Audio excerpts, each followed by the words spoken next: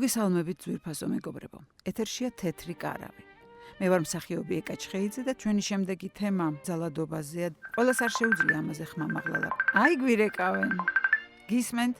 მოგესალმებით.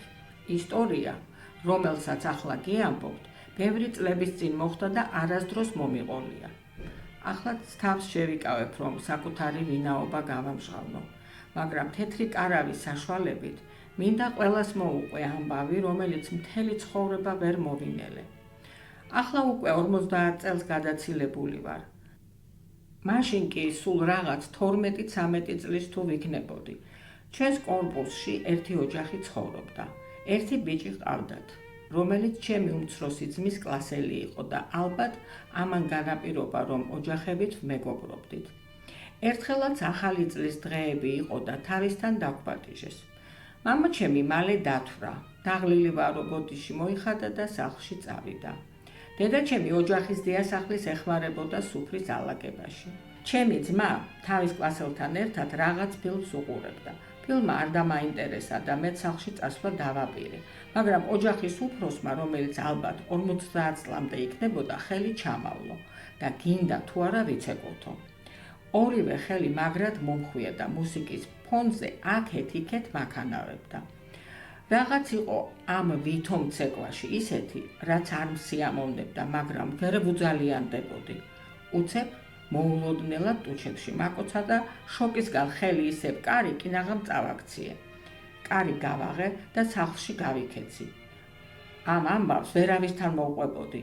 მისი დორბლიანი ტუჩების გახსენებაზე ახლაც გული მერევა, მაგრამ სამაგიერო ასე გადავუხადე. დილას აივანზე გავედი და დაველოდე სამსახურში წასასვლელად, როდის გამობრძანდებოდა სადარბაზოდან. ერთი ვედრო ცივი წყალი გადავასხი თავზე იანვარში და პლასმასის ვედროც მივაყოლე. ვითომ ყვავილების მორწყვის დროს შემთხვევით გადამივარდა. მაგარი. გაგვეცანით თუ შეიძლება, საიდან გვიკავშირდებით? მოგესალმებით, მე ვარ ნუნუ, 46 წლის, თელავიდან. ძალიან გამეცინა წინა რესპონდენტის მონაყოლზე და მართალი გითხრათ, გულიც მოვიფხანე. მე მგონი ყველა ქალის ცხოვრებაში მომხდარა ისეთი ფაქტი, რასაც დღეს სექსუალურ ძალადობას ან სექსუალურ შევიწროებას ეძახიან. და იცით ყველაზე დიდი საშინელება რა არის? ის რომ მოძალადეები ძალიან ხშირად ოჯახის ახლობლები, მეგობრები ან სულაც ნათესავები არიან. ამიტომაც რცხვენია მსხვერპლს მისი გამოაშკარავების. ეს მანიაკი მოძალადეებიც ამით სარგებლობენ. ხშირად მუხარასაც კი მიმართავენ მსხვერპლის გასაჩუმებლად. არ ვიცი როგორ უნდა დავიცვათ ჩვენი შვილები ასეთი მანიაკებისგან. ნუ თუ არავის ნდობა არ შეიძლება.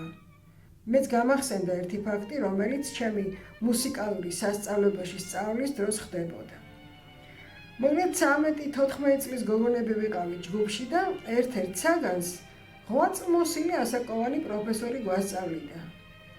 თავის მაგიდასთან ორი სკალი ედგა და ყველა ლექციაზე ჯგუფხელი მჭირდებაო ასე ამბობდა. ამ ჯგუფხელს გვერდით მოისვამდა და ჟურნალში დასწრება არ დასწრებას და ნიშნებს აწერილებდა. ყველა ლექციაზე ცვლიდა ჯგუფხელებს და შესაბამისად მეც მომიწია მის გვერდით დაждდომა.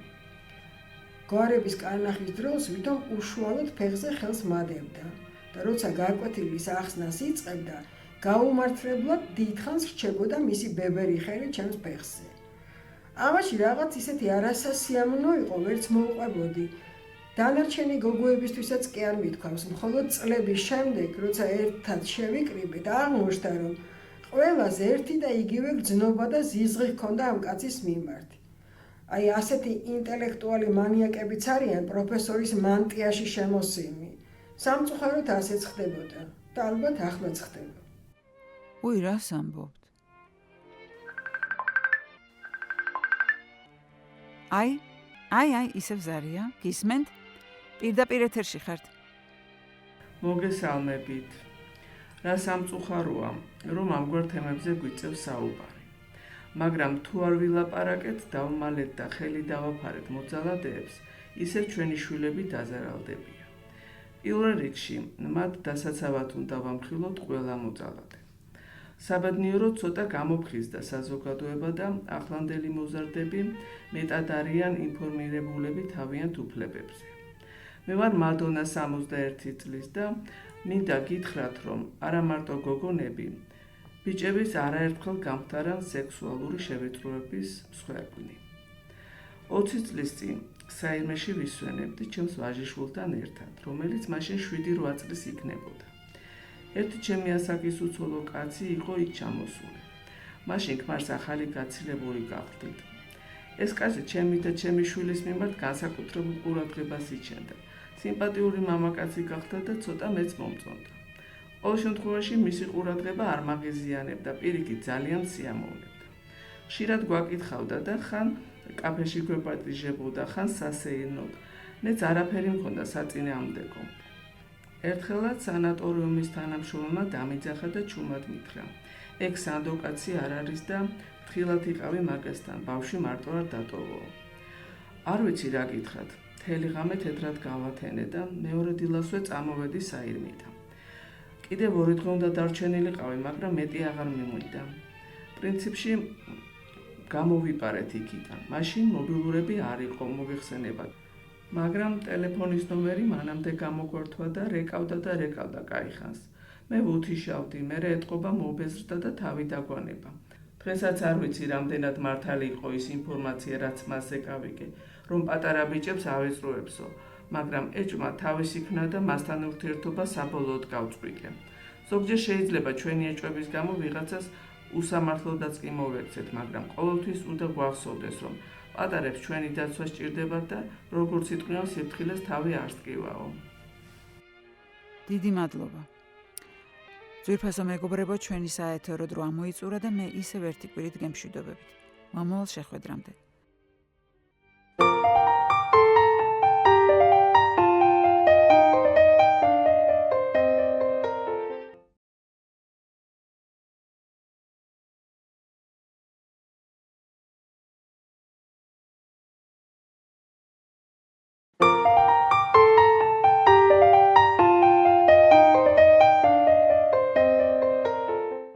მოგესალმებით ძვირფასო მეგობრებო. ეთერშია თეთრი კარავი. მე ვარ მსახიობი ეკა ჩხეიძე და დღესაც იმ ქალებზე ვისაუბრებთ, რთული გზა რომ გამოიარეს და წარმატებას მიაღწიეს. მოგესალმებით. მე ვარ ნინი 45 წლის ქუთაისიდან. და უკვე კაიხანია, რაც თეთრი კარავის აქტიური მსმენელი გავხდი. დღეს კი იმიტომ გიკავშირდებით, რომ მინდა ჩემი ამბავიც მოგიყვეთ. ბავშვობიდან სულ მოგზაურობაზე ვოცნებობდი. პატარაობიდან ძალიან მიყვარდა წიგნების კითხვა. ის რომ წიგნში მოყოლილი ამბავი იმ ქვეყანაში მამოგზაურებდა, სადაც ის ამბავი ხდებოდა, აღარ მაკმაყოფილებდა და რეალობაშიც მინდოდა იმ ქვეყნებში მოხვედრა და იმ ქალაქებსა თუ ქუჩებში ხედიანი. ჩემი ოჯახის დიდი დამსახურებაა, რომ პატარაობიდან მშობლიურის გარდა ინგლისური და გერმანული ენა ისე შევისწავლე, რომ სკოლის ასაკიდან წიგნებს ორიგინალში ვკითხულობდი. სტუდენტობიდან მოყოლებული კიდევ მუშაობდი და სულ მქონდა ჩემი შემოსავალი. უკვე თავად შემეძლო პატარ-პატარა ოცნებების ასრულება და რამდენიმე ქვეყანაშიც ვიმოგზაურე, მაგრამ უფრო მეტის გაკეთება მინდოდა. თავიდან ჩემს 2 მეგობართან ერთად დავიწყე ტურისტული ჯგუფების შედგენა და 10-15 კაციანი ჯგუფები სხვადასხვა ქვეყნებში სამოგზაუროდ მიყვავდა. ყველანაირ საბუთო მანიას ჩვენს თავზე ვიღებდით და ტურით ძალიან საინტერესოდ ჰქონდა დაგეგმილი. ჩვენი კლიენტები ისეთი კმაყოფილები იყვნენ, რომ ამან უფრო მეტი ძალა შეგვმატა და გადავწყვიტეთ, რომ ახლა უცხოელები ჩამოგვიყვანა საქართველოში და ჩვენი უნიკალური ქვეყანა გვეჩვენებინა. რა თქმა უნდა, ასე მარტივი არ იყო ეს ყველაფერი და გზაზეც ბევრი დაბრკოლება დაგვხდა. მაგრამ როცა მიზანი გაქვს და ამ მიზნის მთავარი მამოძრავებელი ღერძი მარტო ფულის შოვნა არ არის, გულწრფელად გინდა რომ შენი სამშობლო სხვასაც გააცნო და შეაყვარო, არ შეიძლება რომ არ გაგიმართლოს. 18 წელია რაც ამ ბიზნესში ვარ და ჩვენი ტურისტული სააგენტო მსურველების რაოდენობას ვეღარ აუდის. ჩემი მთავარი სათქმელი კი ის იქნება, რომ თუ ხარისხზე იქნებით ორიენტირებული და მარტო დღევანდელი მოგებით არ იცხოვრებთ და მაღალი იდეალებიც გექნებათ, არ შეიძლება რომ ამგვარმა საქმემ არ გაამართლოს. ეს მინდოდა მომეყოლა თქვენთვის, წარმატებებს გისურვებთ ყველას. დიდი მადლობა. აი გვირეკავენ. გისმენთ? მოგესალმებით. მე მქვია ანა, საერთოდ არ მქონდა გეგმაში, რომ თეთრკარავში ჩართულიყავი. მაგრამ მეც გამიჩნდა სურვილი ჩემი გამოცდილება გავოზიარო იმ ადამიანებს, ვინც ახლა იწყებს ბიზნესს, ან უკვე დაწყებული აქვს და წარმატებით არ მისდის საქმე. ბავშვობიდან ძალიან მიყვარდა კერვა და მიუხედავად იმისა, რომ პროფესიით ქიმიკოსი ვარ, როცა ფინანსურად ძალიან გამიჭირდა, სამსახურს თავი დავანებე და კერვა დავიწყე. შეკვეთები ბევრი მქონდა, მაგრამ ძალიან მღლიდა ეს საქმე და უფრო მეტად კი ის ურთიერთობები ცალკეულ კლიენტებთან რომ მიწევდა. რაღაც უნდა შემეცვალა და სწორედ მაგ დროს აღმოჩნდი ტრეინინგზე, რომელიც იმ მთავარ კანონებზე იყო, რომელიც ყველამ უნდა გაითვალისწინოს ბიზნესში. სათითაოდ გვეკითხებოდა, ვის რა გვაინტერესებდა, რა გვიქმნიდა დისკომფორტს და რის წამოწყებას გეგმავდით. მე ჩემზე მოუყევი, მაშინვე მირჩია, რომ კერვისთვის თავი არ დამენებებინა, მაგრამ ინდივიდუალური უნდა შემეწყვიტა და სერიული პროდუქცია მეწარმოებინა. რადგან მანამდე მხოლოდ კაბებს ვკერავდი, მიფიქრე, რომ იგივეს გავაგრძელებდი, ოღონდ სერიულად შევკერავდი რამდენიმე მოდეს ყველაზე მოთხოვნად ზომებში. არაო, მითხრა, ჯერ ბაზარი უნდა გამოიკვლიო, რისი დეფიციტიც არის, თქვენთან ის ნიშა უნდა დაიკავო. ცოტა კი გამიკვირდა ეს როგორ უნდა გამერკვია, მაგრამ მალე ამაშიც დამეხმარა და აღმოჩნდა, რომ იმ ეტაპზე ყველაზე დიდი მოთხოვნა იყო ნაჭრის მხარზე გადასაკით ჩანთებზე, იმიტომ რომ ყველა ქალს შეეძლო მისი პატარა ჩანთით ტარება. მთავარი მოთხოვნა კი იყო, რომ ყოფილიყო ტევადი თან გამძლე.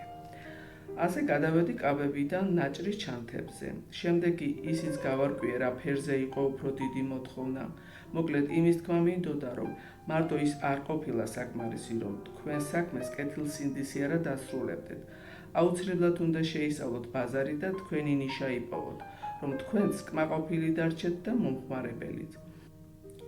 ახლა მე უკვე ჩემი არც თუ პატარა სამკეროლო სახლი მაქვს და ამჯერად ბავშვების სპორტულ ტანსაცმელზე ვმუშაობ. ძალიან დიდი მოთხოვნაა ჩემს საქონელზე და არა იმიტომ, რომ უფრო დაბალ ფასში ვყიდით, ვიდრე უცხოეთიდან შემოტანილ საქონელსადებს. პირიქით, უფრო ძვირიც ღირს. ჩვენი უპირატესობა ის არის, რომ მხოლოდ ბუნებრივ მასალას ვიყენებ და ეს რაოდენ მნიშვნელოვანია, ყველამ კარგად იცით. გემშვიდობებით და აბა წარმატებულ დღეს გისურვებთ.